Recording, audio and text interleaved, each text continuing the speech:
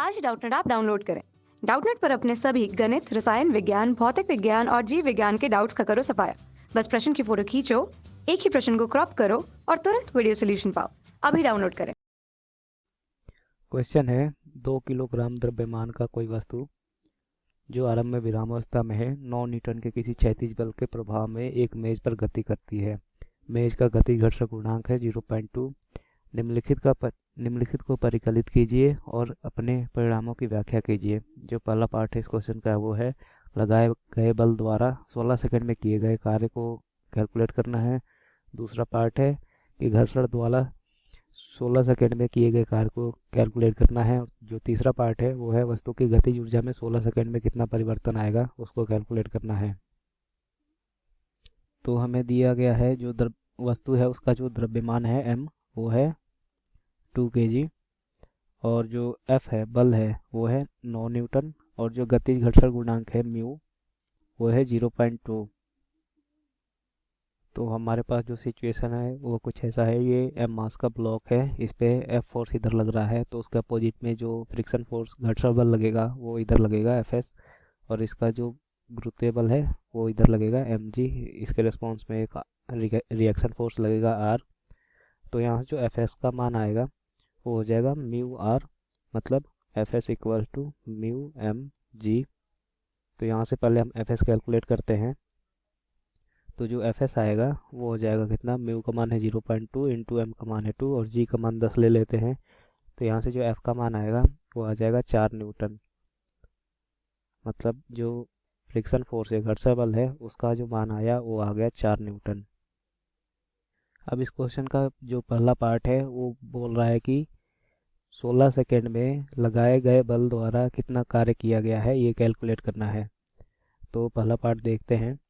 तो जो F net होगा, जो परिणामी बल होगा वो हो जाएगा लगाया गया बल minus F S friction force. तो ये हो जाएगा कितना 9 माइनस 4 मतलब 5 न्यूटन। तो जो परिणामी बल होगा उससे कितना त्वरण प्राप्त होगा उस बॉडी को वो देखते हैं। तो हो जाएगा 5/2। तो यहाँ से आ जाएगा 2.5 मीटर पर सेकेंड स्क्वायर। तो अब देखते हैं 16 सेकेंड में बॉडी कितना चलती है। तो यहाँ से formula S equal to U T plus half A T square से देखते हैं। क्योंकि जो वस्तु है पहले विरामावस्था में थी तो वो यहाँ पे 0 हो जाएगा। टी का मान दे रखा है 16 और ए का मान यहाँ पे हमने पता कर लिया। तो यहाँ से एस का मान निकालते हैं तो ये हो जाएगा 0 प्लस 1/2 इंटू 2.5 इंटू 16 का स्क्वायर। तो इसको कैलकुलेट करेंगे तो जो एस का मान आ जाएगा वो आ जाएगा 320 मीटर। तो लगाए गए बल द्वारा किया गया कार्य जो है वो है W इक्वल टू लगाया गया बल इंटू उसके लगाए गए बल के डायरेक्शन में जितनी वस्तु चली वो। तो ये F का मान दिया है 9 और जो S का मान है वो है 320। तो यहाँ से जो W का मान आ जाएगा वो हो जाएगा 2880 जूल्स। ये हो जाएगा हमारे फर्स्ट पार्ट का आंसर। अब देखते हैं हमारा सेकंड पार्ट क्या है। हमारा जो सेकंड पार्ट है उसमें हमें निकालना है कि जो घर्षण बल है उसके द्वारा कितना कार्य किया गया है। तो उसको मान लिया कि घर्षण बल द्वारा किया गया कार्य W1 है। तो हमें W1 को कैलकुलेट करना है।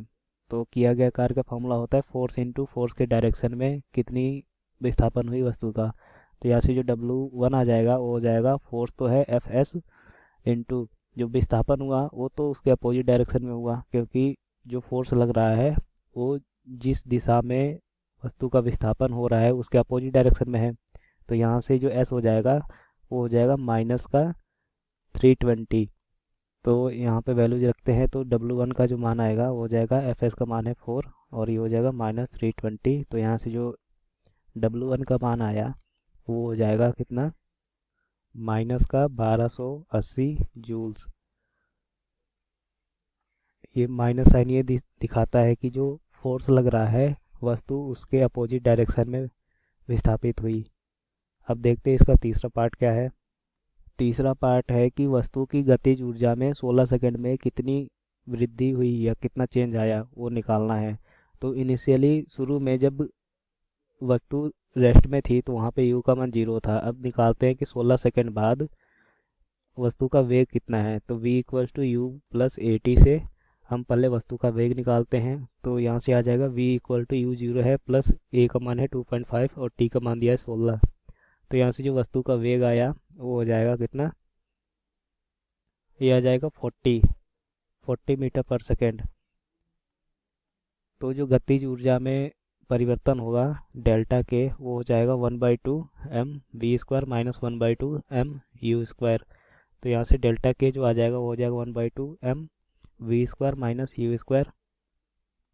अब इसमें वैल्यूज रखते हैं, तो ये डेल्टा के हो जाएगा 1/2 इंटू एम का जो मान दिया है वो है 2, और v स्क्वायर हो जाएगा 40 का स्क्वायर माइनस 0 का स्क्वायर। तो यहाँ से जो डेल्टा के आएगा वो हो जाएगा 1600 माइनस 0। तो यहाँ से जो डेल्टा के आया वो हो जाएगा 1600 जूल्स। मतलब जो गतिज ऊर्जा है वस्तु की उसमें 1600 जूल्स का परिवर्तन आया। ये हो जाएगा हमारा आंसर। कक्षा 6वीं से 12वीं से लेकर नीट, IIT, JEE वो एडवांस के लेवल तक 1 करोड़ से ज़्यादा छात्रों का भरोसा। आज ही डाउनलोड करें डाउटनेट ऐप या व्हाट्सएप करें अपने सारे डाउट्स 8400 400 400 पर।